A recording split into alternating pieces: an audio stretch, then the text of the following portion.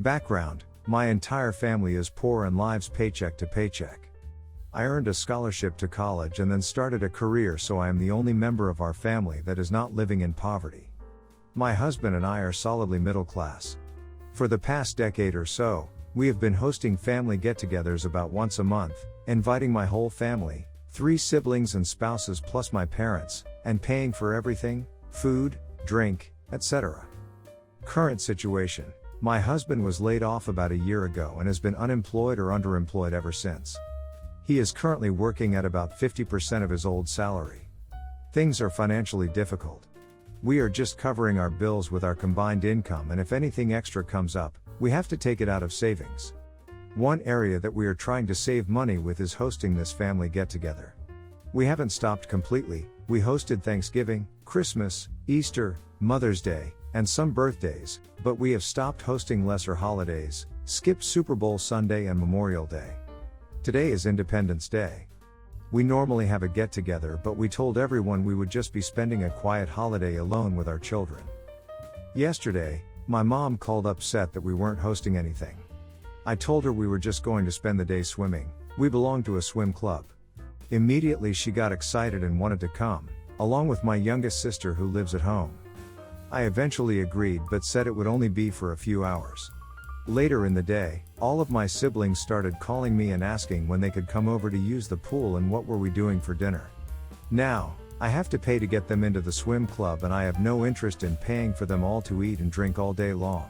So after talking it over with my husband, we decided to call them all and tell them that we could not host a meal, but if they each wanted to bring a dish to share and anything they wanted to drink, we would host a potluck meal so we could all eat together. Well, they didn't like that. One said that they don't get paid until Friday and had no food in the house, so it was like us telling them that they couldn't come. One said that it wasn't fair. They want to see the family. Making them bring food takes the money they would use to buy groceries and is like taking food out of their family's mouth. We didn't give in. I wasn't planning to host. If they want to come, then they can contribute. But from their perspective, I have money that they don't, and it's selfish to ask them to bring anything. Update: so it worked out okay. Not everyone came. I did end up paying for those who did at the swim club. But one sibling and his family brought a lot of food: meats, bread, side, and condiments, which basically doubled what we had to offer. They were kind about it. They had some food in their freezer they brought and had picked up a little bit more on their way over. Another family member brought a small side, some soda, and a dessert. There was enough to eat for everyone, and we split up all the leftovers so everyone had some food to take home. It ended up being a nice day. Not the idiot. It sounds like they just wanted to mooch off of you. Asking them to bring a dish isn't a big deal, and down south, where I'm from, it's courteous to bring a dish to family gatherings, as long as you check with the host/s so nobody doubles up on anything. If you're having money trouble and can't afford to host huge family gatherings, it is not rude to ask to do a potluck instead. Not the idiot. You're well within your rights to refuse to host a bunch of moochers. Next time someone asks when the next get-together is, tell them nope, it's someone else's turn without guilt. I had to do this with my mother's group when I hosted 3 get-togethers in a year and no one else had hosted this, and the leader asked about the next one. If they want it to happen, they'll have to figure it out. Not the idiot. If you can't afford to do it, you can't afford to do it. Making the party's potluck is a great solution. Asking people to bring something to share is perfectly reasonable and generally costs about the same as if they had just eaten at home by themselves. Their response shows how entitled they are. I've had my dog since before we were together. We got together in high school and now decided to live together as we attend university in the same state. I chose to take my dogs with me because they were always my dogs. I took care of them, fed them, trained them. Moreover, they feel mine. They love me more than anyone in my family, follow me even to the bathroom. They are super well behaved, but also I have to admit they are very possessive of me, wanting to hug all the time, as in lay against me while they sleep. 2 of them are super small, 1 is medium sized, all mutts. My BF wasn't excited to live with them, but he wasn't against it either. But now he is. 4 months into our living together, he told me an ultimatum: either I send the dogs to my parents' shelter, new owner, or he leaves. As arguments, He presented that they have to sleep in our bedroom. They do, but they don't sleep on the bed, they have their own small dog beds, so he can't focus while relaxing with me, they are always near me, that they lick me and I kiss their foreheads, both of which he finds disgusting, and that our flat is too small anyway to have 3 dogs in it. When I said he had no problem before we moved in, he claimed he thought I will come to my senses already, and besides, you wouldn't move in if I told you to leave your dogs and I love you too much to live away from you. I was heartbroken, but when he said he will leave if I don't get rid of the dogs, I packed my stuff and moved to my friend's flat. She was looking for a roommate anyway, thankfully, and accepted the dogs. I thought we were over, cried my heart out for a week, and now after 2 weeks he called me and said he made a mistake but that he was hurt I love dogs more than him. My whole family is on his side. Even my friends said I overreacted and that they would be mad too if I broke up with them over a dog. Not the idiot. And it's your relationship, you don't have to justify it to anybody. With you being such a dog lover, and him apparently not a dog lover at all, this relationship seems kind of mismatched anyway. In the long run, I think you'll find it's for the best, and you should never be guilted into a relationship. It should be mutual and enthusiastic, not a power play. Good luck. And have fun with your puppies. Not the idiot. What he did was try to manipulate you into ridding the dogs. He even admits he pretended to be fine with it so that eventually you'd get rid of them. That's messed up and an idiot move. Loving your dogs you've raised so long over a person who comparatively you haven't known as long isn't an idiot move. Not the idiot, it's not like you surprised him with the fact you had dogs. It's a responsibility and an honor that I'm glad to see you taking seriously even in a really devastating situation. Also, he calls to say he's made a mistake. This guy is all over the place, I think you and your dogs can do better. Best of luck, glad you guys found a new place to live. I'm getting a major surgery done in about 3 weeks and I was told there's a 60 to 80% chance it will kill me. It's 60% if I do all the things the surgeon told me to do to prepare for the surgery, take supplements, gain weight fast, lots of protein, and I'm following all the rules. So let's say my chances of dying are 60%. That's not great but not too horrible. The thing is that I've had this exact surgery before and I came out just fine, so my family has no reason to think this time will be any different, aside from the risk involved with any surgery. However, for reasons involving my medical condition, this time the surgery is riskier. My family consists of my older brother, 28, who I, 27, live with, and my mom, 54, who lives on the other side of the country. My brother is very protective of me and my mom still acts like I'm her little boy. The only reasons I could think of to tell them would be, give them time to prepare for the possibility of my death. But I don't think this is something they can prepare for. I'm sure they'd just be miserable for the time leading up to the surgery. I don't want that. Give us all a chance to make happy memories before the surgery. Again, I don't think that can happen when we'd only be doing it because I might die soon. It would feel forced and desperate, and they would only be pretending to not be miserable, and I'd be unhappy because I would know they're miserable. I'm leaning towards ignorance is bliss for everyone involved. If I survive, no harm is done and all that potential misery would be for nothing. If I die, well, that's a risk of any surgery, and their final moments with me wouldn't have had that misery. And with my medical condition it's unlikely I'd make it to retirement age anyway. My heart hurts for you. Of course no idiots here. I would hope that nobody here would challenge your wishes, especially that you have thought through the just-in-case scenario.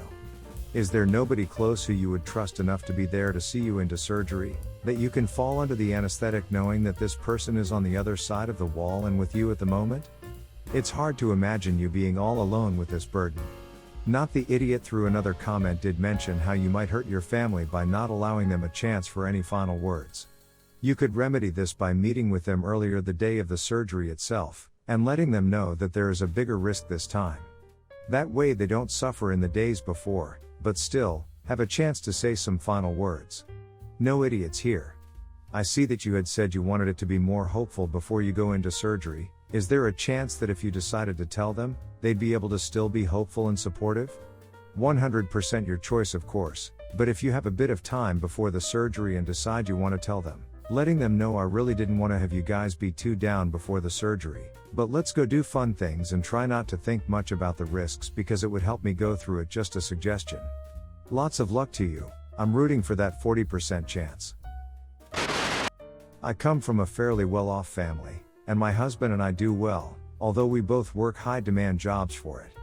We've always been very generous to his side of the family.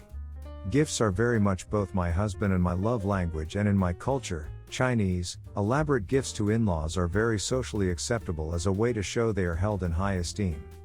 It also helps with some of our guilt for being super busy and not always around.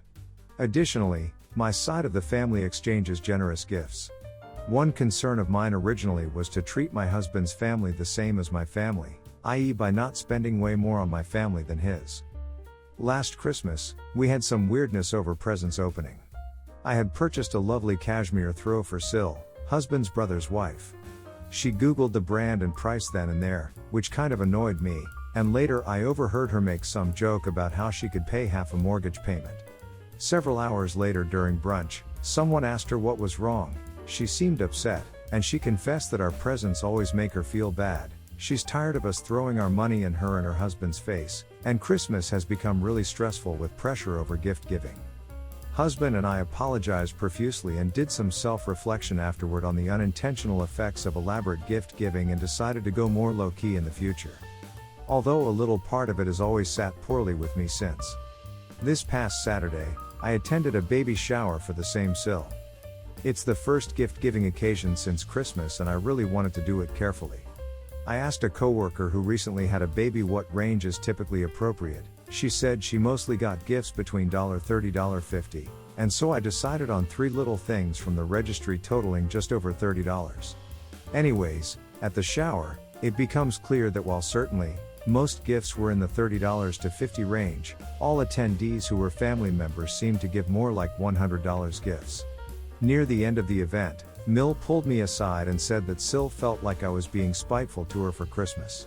I again apologized and as a cover, said that my husband and I had written a check for the little one's college fund as well but didn't feel it was appropriate to hand it to her during the present opening.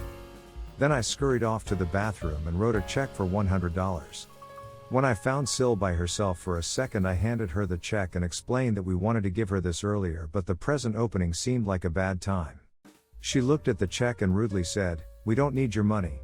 I kind of snapped and told her bluntly, and not like yelling, but not like in hushed tones either. People nearby apparently definitely overheard her that I was tired of her behavior and if it made her feel better, we could just stop exchanging presents in the future.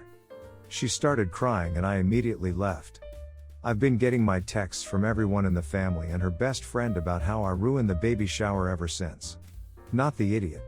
It can be difficult exchanging gifts with family where one party earns more/less, and I've been on both sides, but Sil can't have her cake and eat it. She either accepts graciously, which throwing money in her face does not equal, or goes along with your plan like an adult. Sil is a child who wants to have her cake and eat it too and has deep-seated issues with your comparative earnings. She needs to grow up and go to therapy. Not the idiot. Seems to me like there's some jealousy and resentment going on about how much you and your husband make, and no matter what you do, Sil will be upset. You've tried your best to appease her and clearly what she thought of you and your husband mattered to the both of you very much, but you can't keep walking this weird tightrope just to calm her insecurities. Also, I think now that you've said your bit openly, it might help your relationship actually. Your Sil is weird. Instead of just being grateful for your generous gifts, she's overcome by jealousy. Sure, the check wasn't the most elegant gift. But what does she want? Expensive gifts are too expensive, cheap gifts too cheap, money is don't need at charity. Maybe it's the hormones and the stress and pressure of it all, and it'll blow over soon. If not, don't take it too personally. You're not an idiot in my books. My son was supposed to have just wrapped up his junior year in university. It turns out, he has been failing and dropping lots of classes. He always told my wife and me that his grades are fine and that his GPA is okay. The only access we had to his school account was to make tuition payments. We even paid for a more expensive school because he really wanted to go there. His sister also went to this school and had a great experience, so we were okay with it. He came home this summer and told us the truth. He had been on academic alert since his first semester for failing a class. However, his GPA was still okay because his other classes pulled up the F over time. he started failing and dropping more classes, and his GPA went down more and more until he hit probation. He was suspended for failing to bring his GPA above a 2.0. Apparently, he appealed the decision and the dean told him he could have one more chance instead of taking an involuntary year off, but he would be dismissed from the school if he failed any more classes. Well, lo and behold, he failed another class and was kicked out. He then had no choice but to come clean to us. We have spent around $28,000 a year, $18,000 tuition plus $10,000 dorm, food, not including the spending money we gave him every month. We spent $84,000 for him to only come out of that school with 34 credits. We did this because both of us graduated college with huge student loan debts and we wanted him to enter his career with no debt. He applied to another school as soon as he found out he was suspended and got accepted. However, I told him I would not be paying any more tuition, and that he would need to take out federal loans, and that we would not be co-signing on any private loans. I eventually relented and came up with an idea. I said he could earn my trust back by going to community college for a semester or two, which we would pay for. If he passed all of his classes, then we could pay for his other university on a semester-by-semester basis, and we would need to see his grades online every term. I also said he would need to go see someone at school to figure out what bad habits or learning issues led him to this point and to help him avoid it from here on out. If he felt like he needed any kind of therapy, we would cover that too. Well, my son absolutely hates the idea of going to community college. My wife thinks I'm an idiot for refusing to just give him a second chance without all of this community college nonsense. I also mentioned to my wife that college isn't for everyone, and if this doesn't work out, maybe he needs to look into a trade. She wouldn't hear that either. Am I an idiot for not handing out second chances without shackles? I feel like just going to another university won't just magically fix the issues that landed him in this mess, to begin with. Not the idiot. It's totally reasonable to not want to pay tens of thousands of dollars when you can't trust it's being put to good use. And he still has the option to take out loans if he wants to go to his school of choice now. A few semesters of community college would probably be great for him. To be honest, he sounds a bit spoiled, and it would be good for him to be in school with a bunch of people who studying at school while also working full time, not just going to school with their parents' money and screwing around. Not the idiot, you paying for his college isn't a right, it is a gift. The community college idea is great as it will help show he can actually deal with college before going somewhere expensive again. The trade thing is also a good idea. Many trades earn great money nowadays. It's not like absconding from university is going to ruin his chances of having a nice life. Not the idiot. Your approach is super reasonable. I want to commend you on paying for your son's university schooling at all. I got through on scholarships and work. And the fact that you are aware that college isn't for everyone and are willing to support him in alternate paths says to me you are doing the right thing.